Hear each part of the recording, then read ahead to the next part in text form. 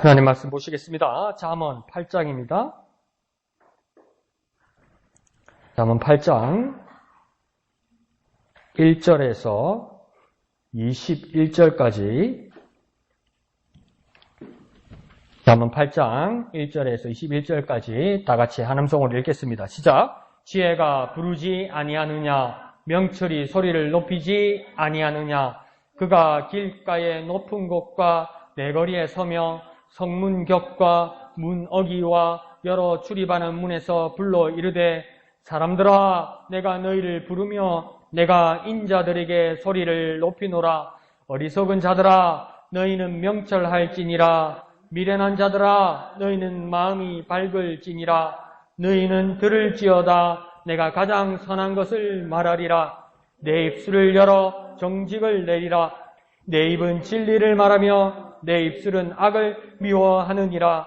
내 입의 말은 다 의로운즉 그 가운데에 굽은 것과 패역한 것이 없나니 이는 다 총명 있는 자가 밝히 아는 바요 지식 얻은 자가 정직하게 여기는 바니라.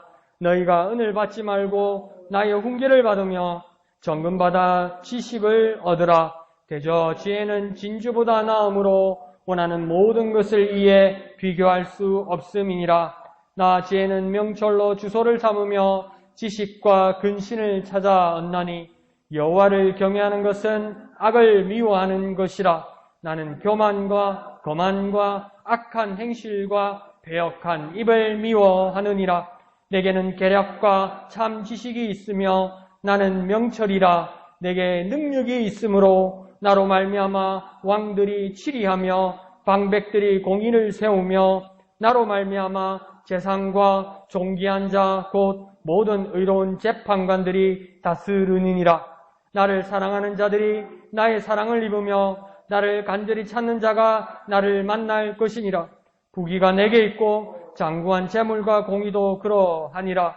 내 열매는 금이나 정금보다 나으며 내 소득은 순은보다 나으니라. 나는 정의로운 길로 행하며 공의로운 길 가운데로 다니나니 이는 나를 사랑하는 자가 재물을 얻어서 그 곳간에 채우게 하려 함이니라. 아멘. 자, 우리가 계속 잠언서를 보고 있습니다. 잠언은 지혜서 부류에 속합니다. 지혜서라고 그러면 우리가 몇 가지 볼 수 있는데 잠언, 전도, 아가서를 넣던가? 아가서를 넣고 뭐가 들어가냐면 욥기서가 들어갑니다. 욥기서.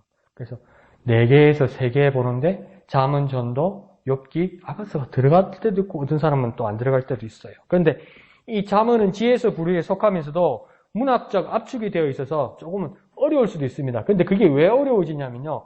우리 복음서나 역사서를 보면 그 이야기가 이렇게 쭉 진행되잖아요. 그래서 차례대로 보면 이게 어떤 이야기인가 싶어서 근데 잠언서를 쭉 연결해서 이게 어떤 내용인가 이러면 그게 어렵습니다. 그러니까 잠언서를 볼 수 있는 가장 쉬운 방법은 뭐냐면 우리 속담들이 한마디로 돼 있잖아요. 한 문장으로 돼 있잖아요. 그것처럼 잠언서도 어려우면 이 한 절 있죠. 한 절이 무엇을 이야기하는가 그것만 봐도 그 도움이 될 수 있습니다. 그러니까 한 절 한 절만 그렇게 연결하지 않고 이해하면 또 그 말씀이 이해될 수도 있는 겁니다. 속담들을 이렇게 딱 나열해 놓은 거니까요. 그런데 오늘 1절에서 3절의 표현을 보면 그 지혜에 대해서 말하는데 그 지혜가 우리 지혜와 우리 사이에 얼마나 밀접한지 그 지혜가 우리에게 얼마나 가까이 있는지 그리고 그 지혜가 우리에게 얼마나 적극적인지 그것을 보여주고 있습니다. 그래서 1절에서 지혜가 뭐 어떻게 한다고 1절에서 이야기하냐면 지혜가 부른다 이렇게 표현하고 있습니다. 그러니까 이는 뭐냐면 우리가 막 지혜를 찾다가 잃어버렸거나 또 엉뚱한 곳에서 헤매고 있을 때 그 지혜가 먼저 우리를 발견하고 나 지혜가 여기 있다 이러면서 막 나를 부른다는 거예요. 그러니까 막 더 적극적이라는 거예요. 지혜가 그러니까 가까이 있고 밀접하기 때문에 지혜가 그렇게 나를 부른다는 겁니다. 설사 내가 잃어버릴지라도, 내가 찾다가 놓칠지라도, 내가 깜빡할지라도 그 순간에 지혜가 나를 나 지혜 여기 있다. 여기로 이러면서 지혜가 부른다는 겁니다. 꼭 뭡니까? 부활하신 예수님께서 제자들에게 다 보이시면서 이제 너희는 복음을 증거하는 사람이 돼야 된다 이랬는데 우리의 돌쇠 베드로가 뭐라고 이야기합니까? 나는 고기 잡으러 갈란다 이러잖아요. 그러니까 뭐랍니까? 제자들 친구들도 나도 이러잖아요. 근데 나도 해가지고 뭐합니까? 고기 잡으러 갔는데 그날 고기도 못 잡고 그러니까 예수님한테 들켰죠. 기다리고 있잖아요. 요리 와. 근데 마치 예수님이 딴 길로 가는 제자들을 보면서 거기 와서 기다리고 그들을 부르는 것처럼 지혜도 지금 뭡니까? 우리가 딴 길로 가거나 잃고 헤매고 있을 때, 깜빡하고 있을 때, 착각하고 있을 때 우리를 부른다는 겁니다. 예수님이 딴 길로 가는 제자들을 기다리고 부르는 것처럼 지혜가 그렇게 아주 가까이 있다는 겁니다. 그러니까 지혜가 어렵지 않다는 겁니다. 세상 같으면 지혜를 얻으려면, 지식을 얻으려면 학교도 오래 다녀야 되고, 좋은 학교 다녀야 되고, 등록금도 많이 부어야 되고, 그래야 학위를 받고, 그래야 어느 정도 지혜가 있고, 그런데 그게 아니라는 겁니다. 성경에서 말하는 지혜는 뭡니까? 가장 가까이 있어서 설사 내가 깜빡할지라도, 내가 딴 길로 갈지라도 여기 이러면서 부른다는 거예요. 얼마나 감사한 일입니까? 얼마나 다행한 일입니까? 그러면서 또 지혜가 어떻게 한다고 이야기하냐면 소리를 높인다고 이야기합니다. 그러니까 어디 숨었는지 어디 빠졌는지 보이지 않을 때, 아니면 우리가 어디 미로에 갇혀서 도무지 여기가 어딘지를 모를 때 나 여기 있으니 이 소리를 듣고 찾아 나오라고 이야기하는 겁니다. 지혜도 나를 찾지 못할 때, 근데 여기 가까이 어디 있는 것 같은데 지혜 자체도 그것을 보지 못할 때 나 여기 있다 하면서 큰 소리로 내 소리 듣고 여기로 나오라고. 어디 구덩이에 빠졌거나 어디 밀림 숲 속에 빠졌거나, 안 그러면 저 미로 속에 갇혀서 나오지 못하면, 보이지 않으면 큰 소리로 막 손 흔들고 부르면서 소리를 높여서 나 여기 있다 이러면서 부르는 게 지혜라는 겁니다. 그럼 고의로 숨을 수도 있겠죠. 왜요? 에덴 동산에서 아담과 하와가 하나님 하지 말라는 그 선악과를 먹고 나서 아담과 하와가 어떡합니까? 숨었지요. 그러니까 하나님 어떡합니까? 아담아 내가 어디 있느냐 하면서 하나님 부르시잖아요.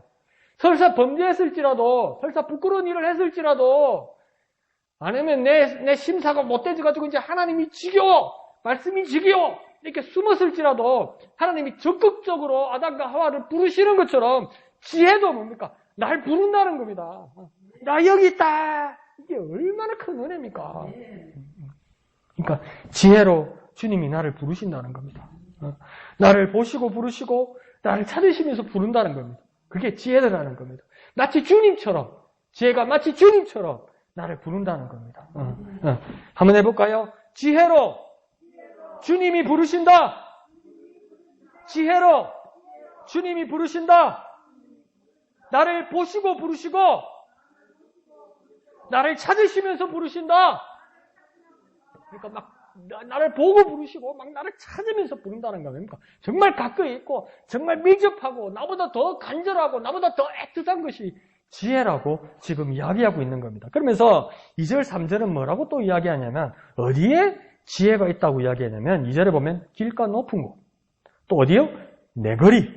3절에서는요 성문, 어기, 출입문 등에서. 그러니까 이게 뭡니까? 사람들 가장 많이 다니는데, 그리고 또 길가에서도 뭡니까? 잘 안 보일 거가 언덕으로 높여가지고 다 보이는데, 거기에 누가 있다는 겁니까? 지혜가 있다는 겁니다. 우리가 드나들고 자주 갈 만한 곳에 막 찾으며 소리를 내서 들으라고, 그래서 찾으라고 막 지혜가 부른다는 겁니다. 그러니까 쉽게 말해서 지혜는, 주님의 음성은, 그 말씀은 어디 숨어서 우리와 숨바꼭질하는 것이 아니라 오픈되어서 다 열려서 보여주고 들려주고 오히려 우리를 찾고 있다는 겁니다. 그러니까 내가 노력해서 주님을 만난 것도 아니고, 내가 노력해서 내가 말씀을 깨달은 것도 아니고, 나에게 열어주시더라는 겁니다.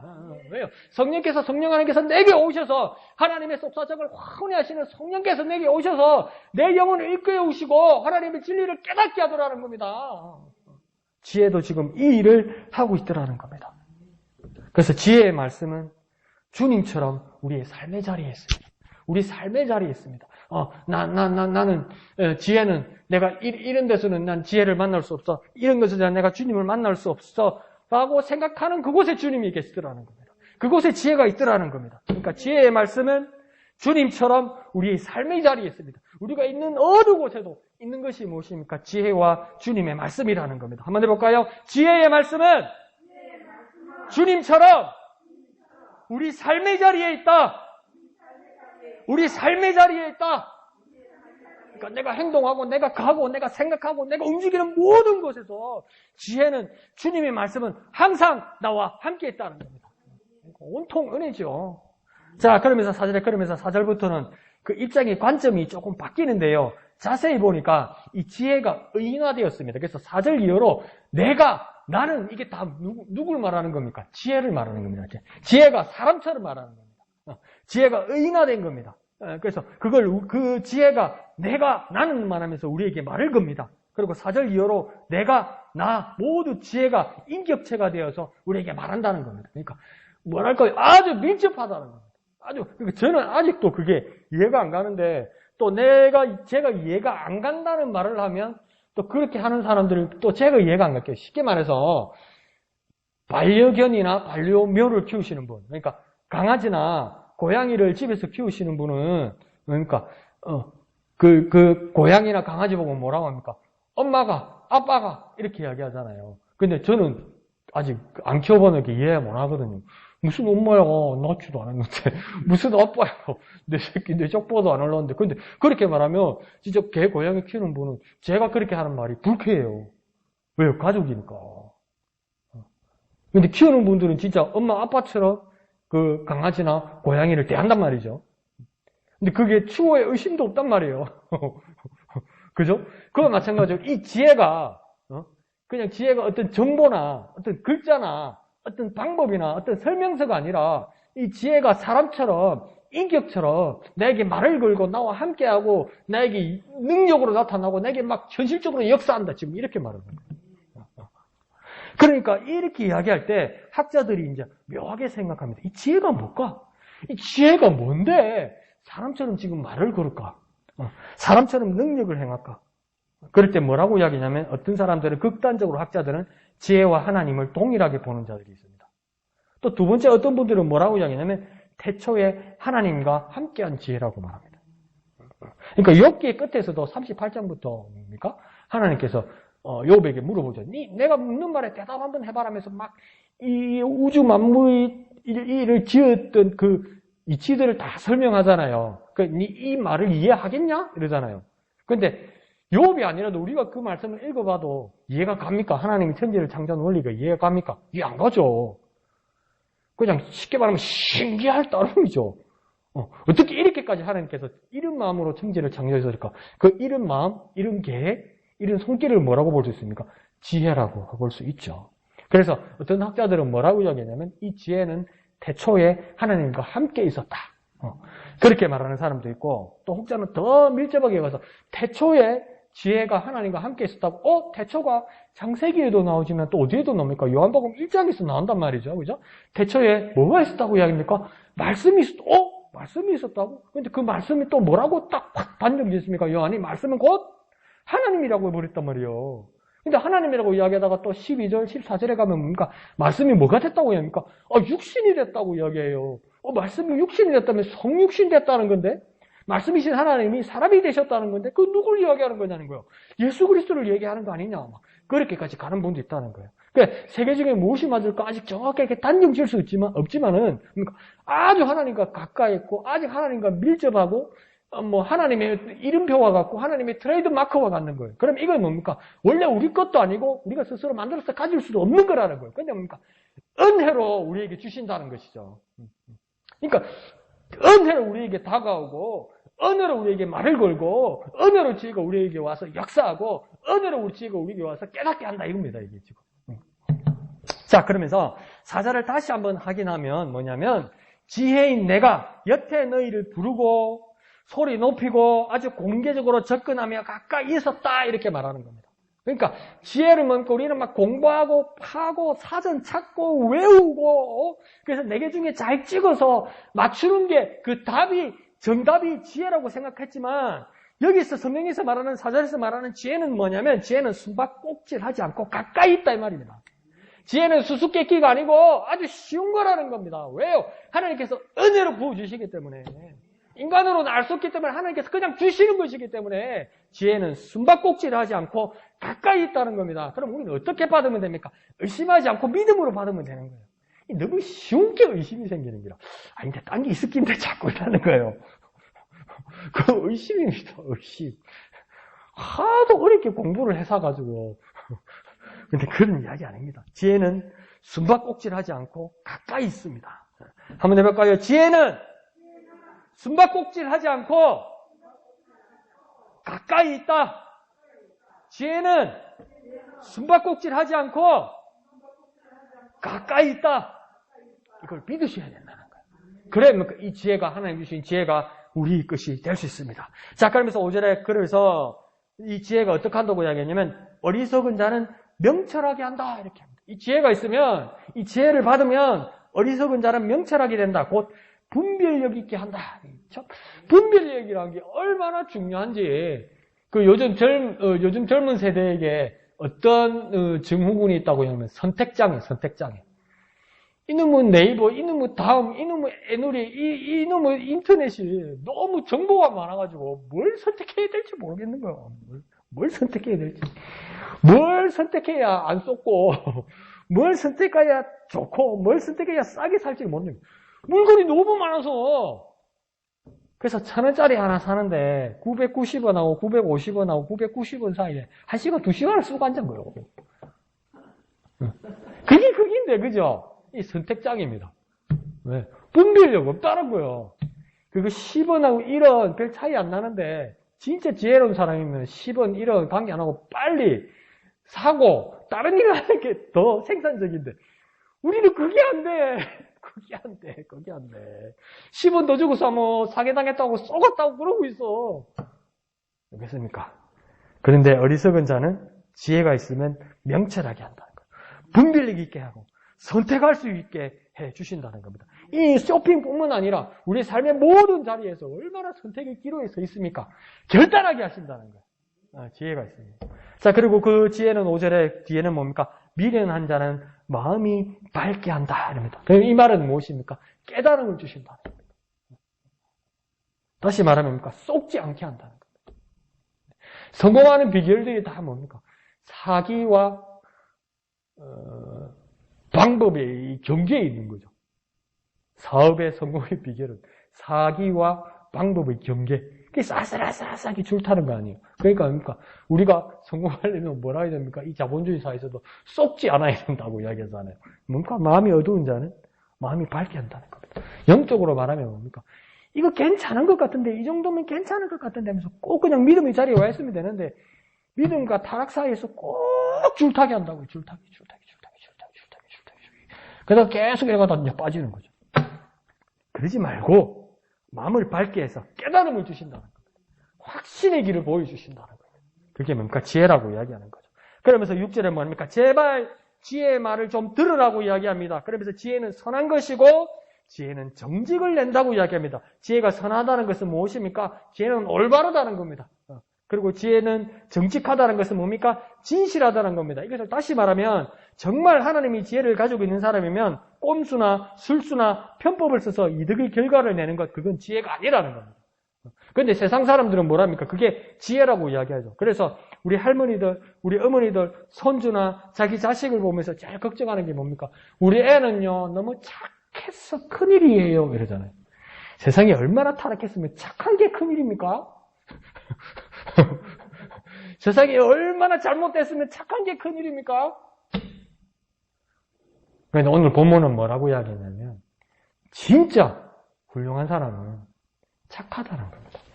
정직하다는 겁니다. 올바르다는 겁니다.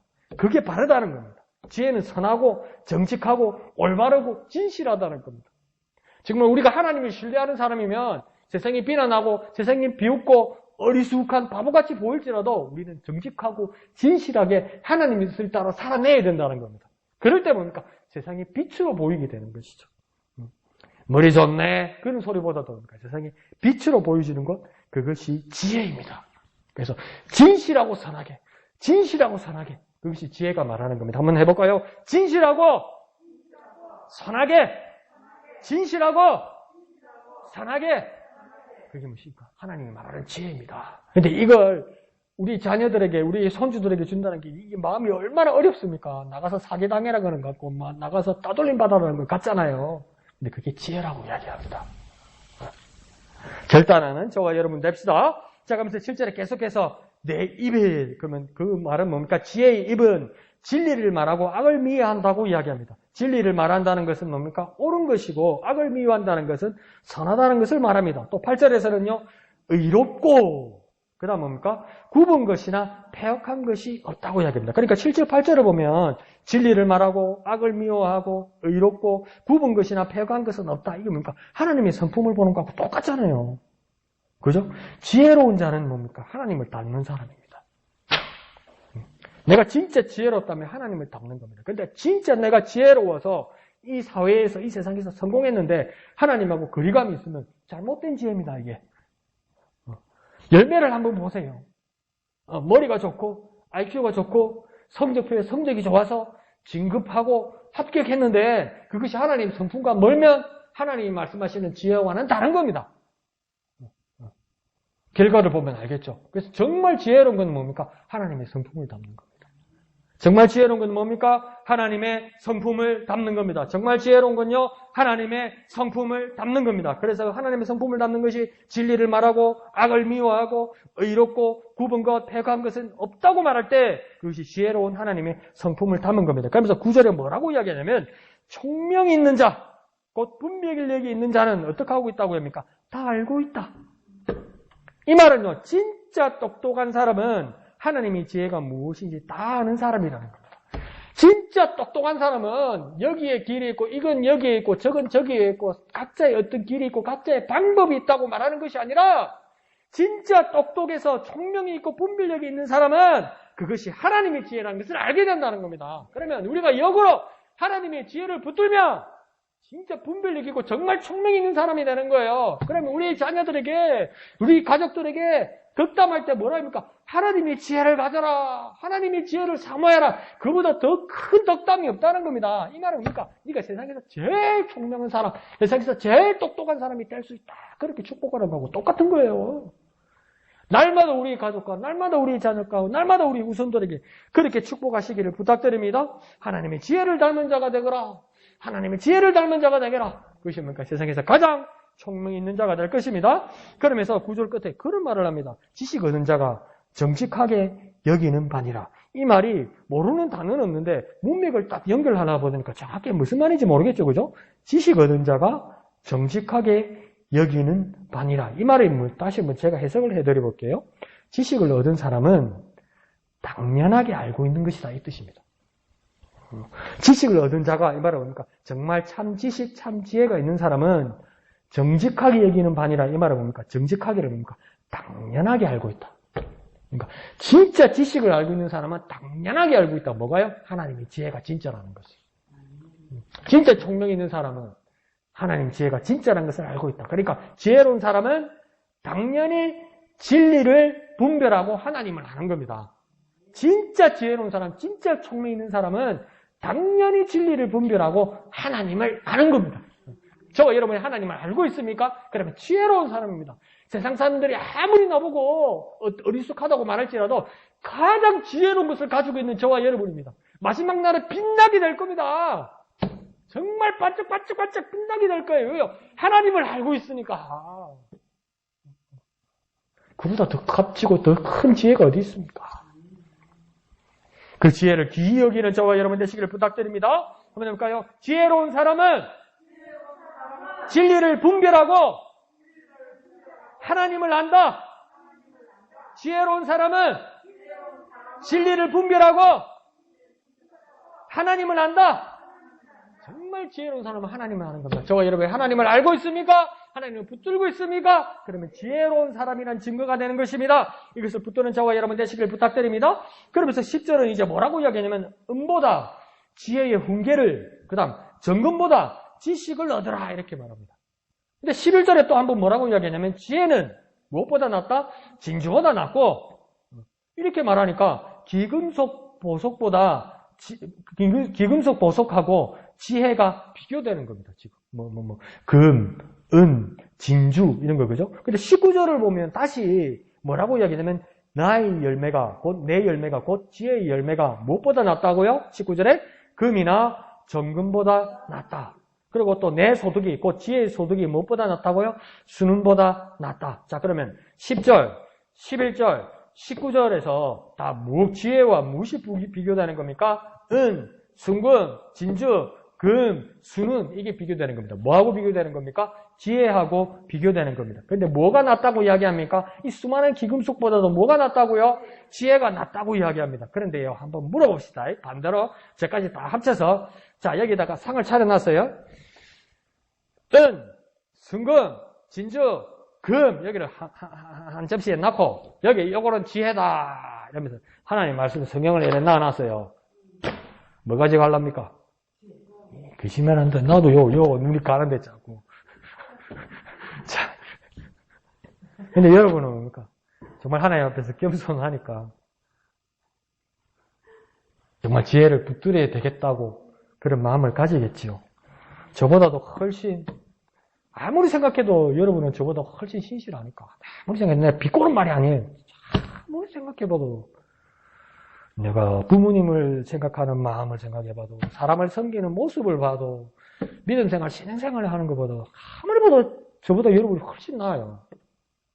그러니까 지혜와 기금속이 있을 때 뭐 하면 여러분은 지혜를 가져갈 것 같아요. 그럼 난 뒤에서 웃죠. 금 다 남았다, 다 내끼다. 나는 이러고 있을 거란 말이지. 그런데 당사자 지혜는 뭐라고 이야기하냐면 진짜 지혜가 진짜라고 이야기합니다. 근데 이게 수긍이 갑니까? 겸손한 분들은 이게 무슨 말을 하는지 이해가 가는데 그래도 그게 마음이 갑니까? 저같이 간사한 사람은 어떻게 생각하냐면 무슨 보이지도 않고 찜져 먹지도 못하고 통장에 꽂히지 않는 뚱딴지 같은 지혜를 내가 왜 가져야 되냐고 생각이 든단 말이에요. 금, 은, 기금속 가지고 통장에도 좀 꽂고 보험도 넣고 필요한 것도 사고 남은 거 갖고 지혜 좀 사면 안 되나? 저는 그렇게 생각할 바보란 말이에요.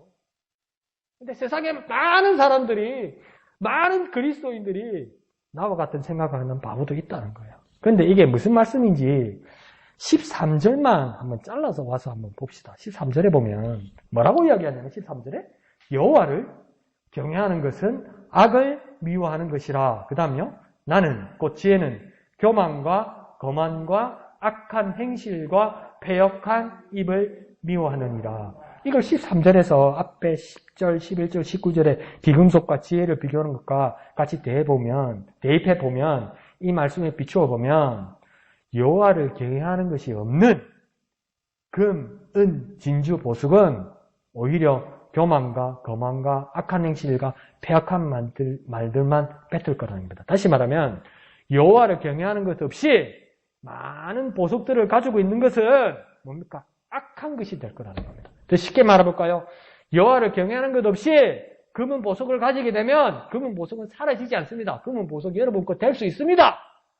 될 수 있는데 여호와를 경외하는 것 없이 이 금은 보석을 가지면 여전히 빛날 겁니다. 예, 빛나는 거 맞습니다. 보석이니까. 근데 그 어떤 빛나는 겁니까? 빛나는 저주라는 거예요. 빛은 나는데 저주라는 거예요. 왜요? 여호와를 경외하는 것이 없으니까. 여호와를 경외함이 없이 세상에 물질을 가지게 되면 그 물질 사라지지 않아요. 잘 지키면 그대로 있어요. 놀이 잘하고 병원에다 갖다 놔면 불어날 수도 있어요. 이자 때문에. 빛이 나요. 불어나요. 배불러요. 등 따뜻하게 지낼 수 있어요. 고랜등 같은 집을 살 수도 있어요. 근데 그것은 빛이 나지만 빛나는 저주라는 거예요. 왜요? 여호와를 경외하는 것이 없으니까.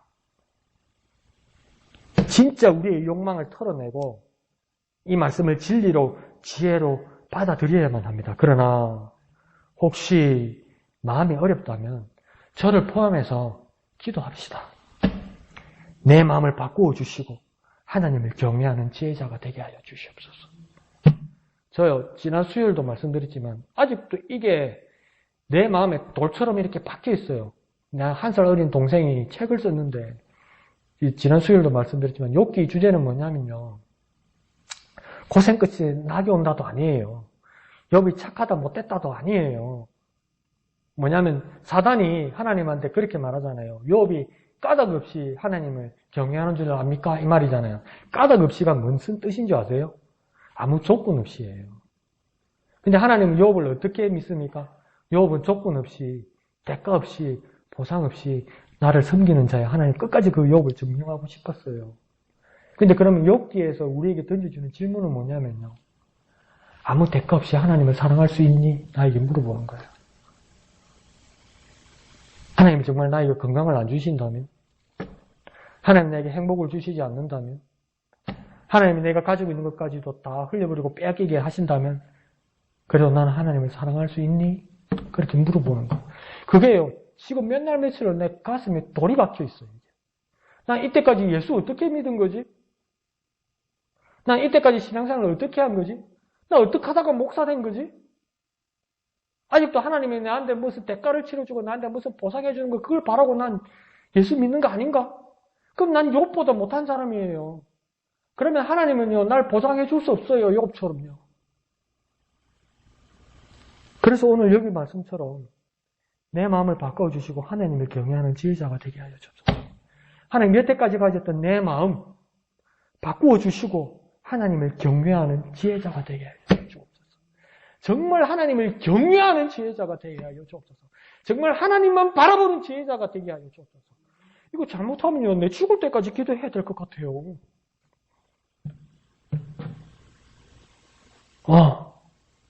큰일 났어요, 저 지금. 이것 때문에. 이 글을 쓴 내 친구도 지는 글을 할지 모르겠는데 지금 그렇게 써놨으니까 지도 그렇게 사는지는 모르겠는데 자기나 나나 이게 뭐 큰 돌이랬어요. 평생에 기도해야 될 것 같아요. 하나님을 경외하는 지혜자 되게 하여 주옵소서.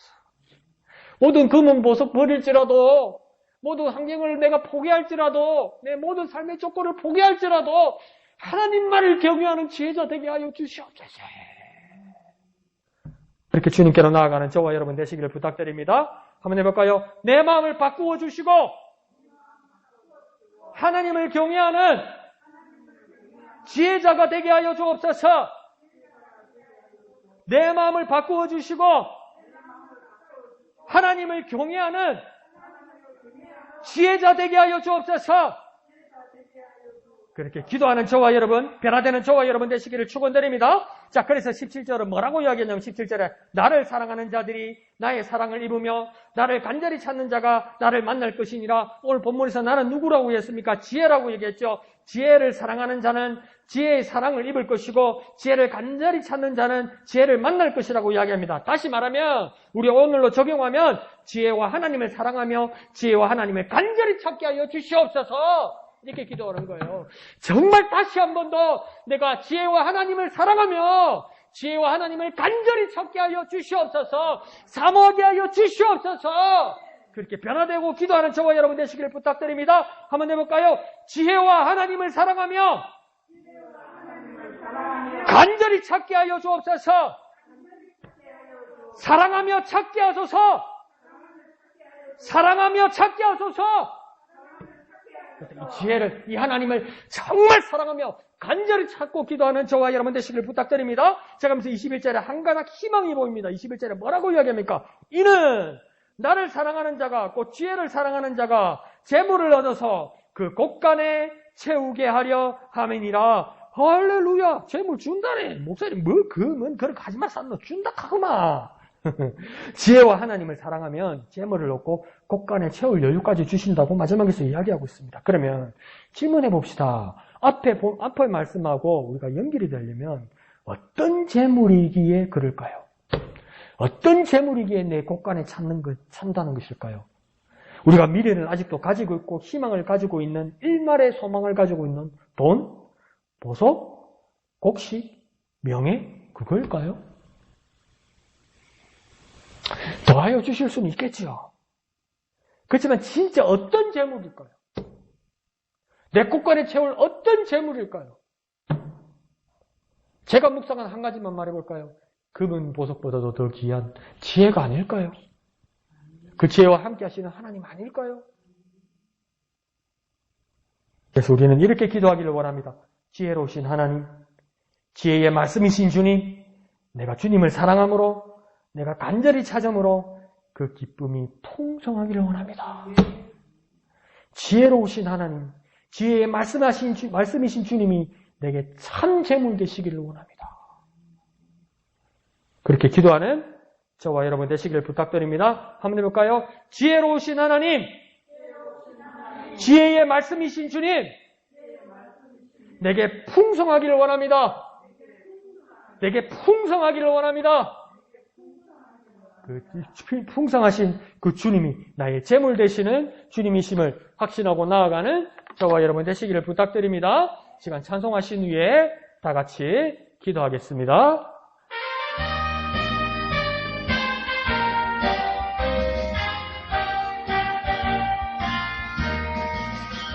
옳은 길 따르라 의의 길 세계 만민의 참된 길 이 길 따라서 살기를 온 세계에 전하세 만 백성이 나갈 길 어두운 밤 지나고 동 든다 환한 빛 보아라 저 빛 주 예수의 나라 이 땅 곧 오겠네 오겠네 고난 길 헤치고 찾아온 길 많은 백성을 구한 길 모두 나와서 믿으면 온 세상이 마침내 이 진리에 살겠네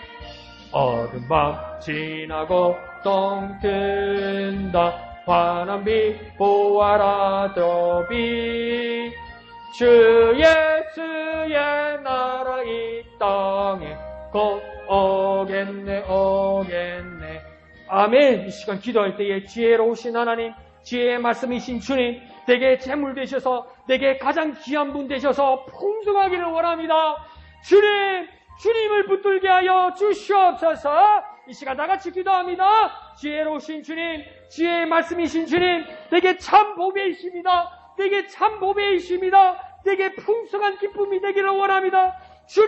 주님을 붙듭니다. 주님을 소망합니다. 하나님을 경외하는 지혜자 되게 하여 주시옵소서.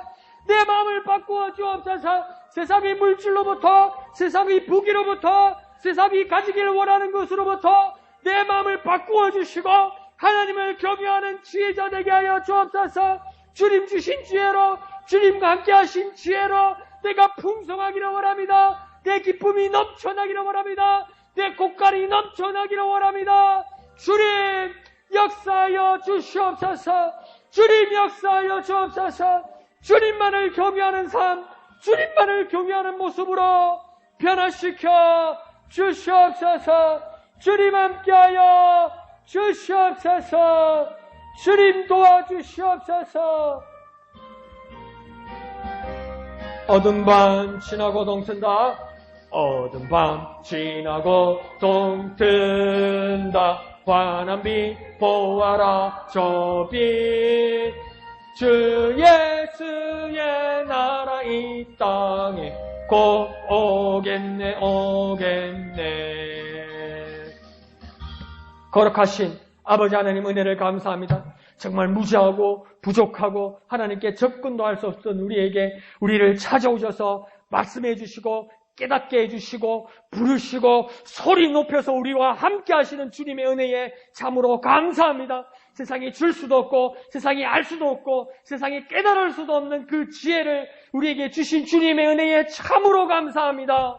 그러나 주님 우리의 마음이 세상에 물들어 주님의 지혜보다도 물질을, 주님의 지혜보다도 기금속을, 주님의 지혜보다도 돈을 사랑하는 우리의 모습에서 그 마음을 바꾸어 주시옵소서. 그 마음을 변화시켜 주시옵소서. 하나님을 경외하는 참 지혜자 되게 하여 주시옵소서.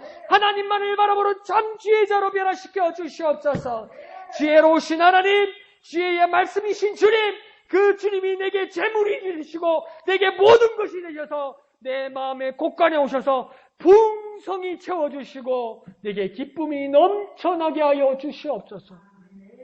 그 주님이 내게 기쁨이 됨을 잊지 않게 하여 주시옵소서.